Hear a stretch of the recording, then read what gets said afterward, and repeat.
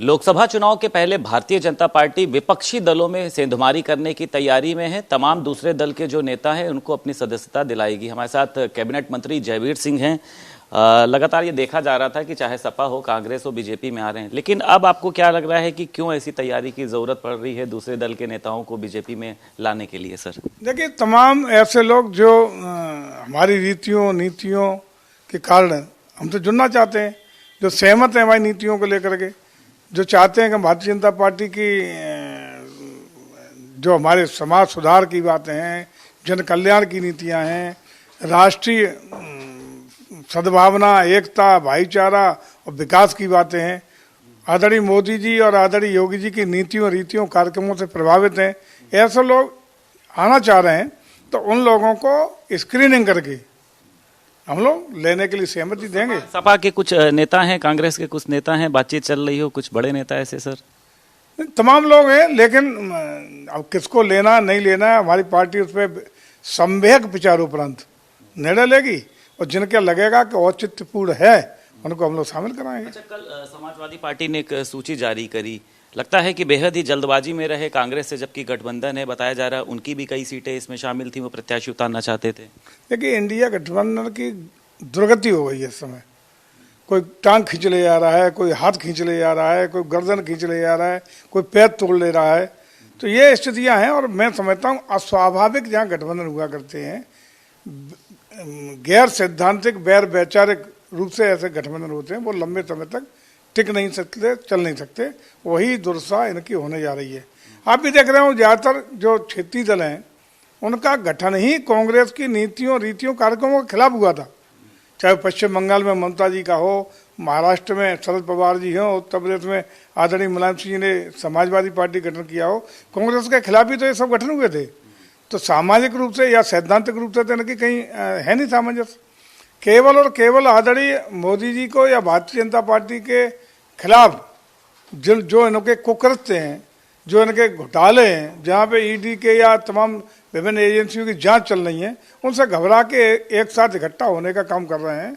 और ये लंबा चलेगा नहीं। वैचारिक रूप से असमानता के साथ हुए समझौते लंबे चल नहीं सकते, अस्वाभाविक समझौते लंबे चल नहीं सकते, और ये समझौते ध्वस्त होते ही मतलब गठन होने के बाद से चुनाव के लिए गठन हुआ था, चुनाव से पहले ही ध्वस्त हो गए। अच्छा, बीजेपी ने अभी तक अपनी कोई लिस्ट जारी नहीं करी है। इसको विपक्ष भी लेकर कई तरीके के सवाल खड़े कर रहा है कि तैयारियां पूरी नहीं हैं या फिर प्रत्याशियों का नहीं मिल पाना। आप लोग अपनी सूची कब जारी करेंगे? सर, समय बिल्कुल उचित समय पे नामांकन होगा। नामांकन की तिथि से पूर्व हमारी सूची आएगी। कोई नामांकन की तिथि निकलेगी नहीं। समय नामांकन होगा, समय प्रत्याशी मिलेंगे, और समय 80 के 80 प्रत्याशी हमारे जीत करके उत्तर प्रदेश में नया कीर्तिमान भी स्थापित करेंगे। के बजट की तरफ तमाम जो भारतवासी हैं वो देख रहे हैं। बताया जा रहा है कि पिछली बार की अपेक्षा 75,000 करोड़ ज्यादा का होगा, यानी 6.90 लाख का था, इस बार 7.65 लाख का होगा। महिलाओं के लिए, किसानों के लिए आपको लगता है कि एक पिटारा जो है वो खुलने वाला है? देखिए, जिस तरीके से उत्तर प्रदेश में राजस्व की वृद्धि हो रही है, सरप्लस राजस्व वाला हिंदुस्तान का राज्य उत्तर प्रदेश बन के खड़ा हुआ है, ये बहुत बड़ी प्रदेश सरकार की सफलता है। आज मैं समझता हूँ कि जिस पर्यटन को कोई पूछता नहीं था, वो पर्यटन उत्तर प्रदेश का एक महत्वपूर्ण विभाग राजस्व अर्जित करने वाला बनने जा रहा है। अकेला अयोध्या, काशी, जो भी हमारे धार्मिक पर्यटन स्थल हैं, काशी, अयोध्या, मथुरा, नैमिषारण्य, चित्रकूट और अन्य कुशीनगर से लेके गाजियाबाद तक जो नए नए हम लोग डेवलप कर रहे हैं, यही बहुत बड़े तमाम देशों का रेवेन्यू, तमाम प्रदेशों का रेवेन्यू सिर्फ पर्यटन के आधार पर चल रहा है। उत्तर प्रदेश में भी पर्यटन महत्वपूर्ण भूमिका निभाएगा।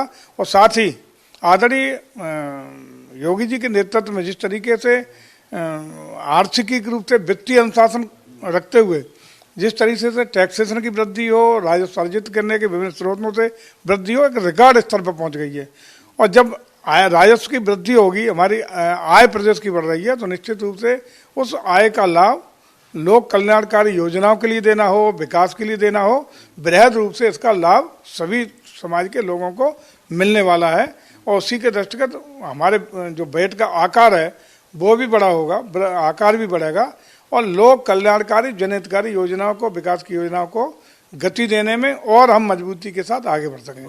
बात करने के लिए उत्तर प्रदेश सरकार में कैबिनेट मंत्री जयवीर सिंह हमारे साथ मौजूद थे। लखनऊ से वीडियो जर्नलिस्ट अरविंद कुमार के साथ संदीप खेर, भारत समाचार।